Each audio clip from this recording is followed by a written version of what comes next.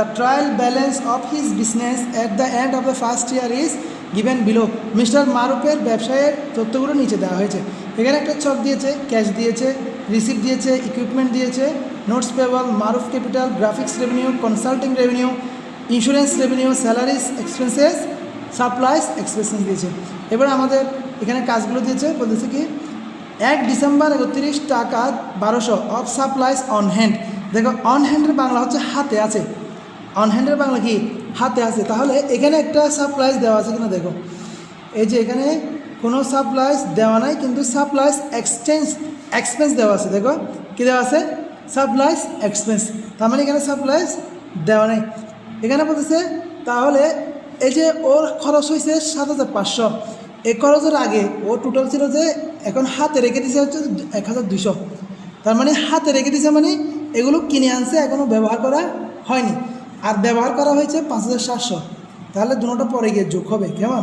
তাহলে আমাদের যদি এখানে যেহেতু সাপ্লাইসের কথা নাই, এখানে যদি সাপ্লাইস হাতে রয়ে গেছে বলতে যেটা সম্পদ না, তাহলে supplies debit, supplies expense credit, supplies debit, supplies expense credit. কেন সাপ্লাইস ডেবিট হয়েছে? যেহেতু এটা অব্যবহৃত রয়ে গেছে, সম্পদ রয়ে গেছে, তাই জন্য ডেবিট, আর সম্পদ রয়ে গেলে ডেবিট, এর বাকিটা হচ্ছে খরচ, সেজন্য এক্সপেন্স ক্রেডিট।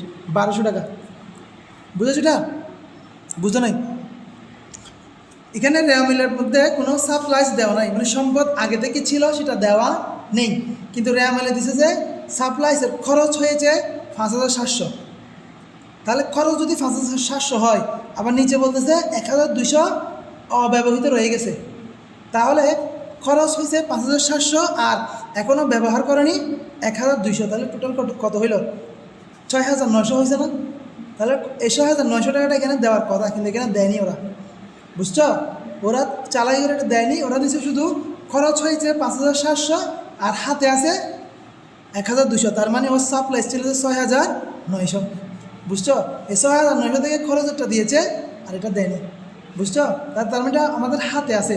তাহলে হাতে আছে মানে কি, আমি এই যে 1200 টাকার পেন্সিল কিনছি, ওখানে একটা পেন্সিল ব্যবহার করিনি এখনও, তাহলে না করলে এগুলো আমার জন্য সম্পদ, তাহলে সম্পদ বেড়ে গেলে ডেবিট, তাহলে সাপ্লাইস ডেবিট, আর বাকিটা হচ্ছে খরচ, তাহলে সাপ্লাইস এক্সপেন্স ক্রেডিট।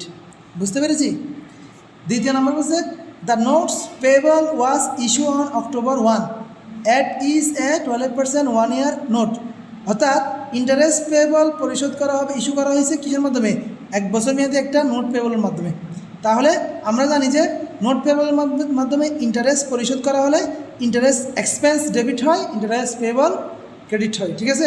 খরচ বাড়ে যাচ্ছে এখানে, এই যে যেহেতু নোট পেবলের জন্য ইন্টারেস্ট দিবে, তাহলে ওর খরচ বাড়ে যাচ্ছে, তাহলে খরচ বাড়লে ডেবিট, ইন্টারেস্ট এক্সপেন্স ডেবিট, আর এটা হচ্ছে ওর দায়ও বাড়ে যাচ্ছে, বা দায় বেড়ে গেলে, বুঝতেছে না?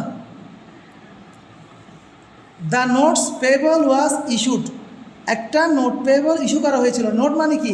মানে তুমি ব্যাংকে একটা কিছু জমা দিয়ে বলবে যে আমি তোমার থেকে টাকা নিব, ঠিক আছে, বিনিময়ে তুমি এই কাগজটা জামানত হিসেবে রাখো, যেদিন আমি টাকা দিব আমাকে কাগজটা ফেরত দিও। তো ও 1 বছর মেয়াদে একটা কাগজ দিচ্ছে জমা, বলতেছে এই কাগজটা তুমি 1 বছর পর্যন্ত রাখো। মনে করো তোমাদের ঘরের দলিল, তুমি ব্যাংকে জমা দিছো 1 বছরের জন্য, ও ব্যাংক তোমাকে 5 লাখ টাকা লোন দিয়েছে, বুঝছো? এই 5 লাখ টাকা পরিশোধ করা হয়ে গেলে ওই কাগজটা তোমাকে ফেরত দিবে। এখন তো 5 লক্ষ টাকা নিয়েছো, ওই 5 লক্ষ টাকার উপর 12% সুদ দিতে হবে। কয় পার্সেন্ট? 12%। তাহলে এই যে এখানে ইন্টারেস্ট আছে কিনা দেখো, এখানে কোনো ইন্টারেস্ট নেই। নোট পেবল আছে কিনা দেখো,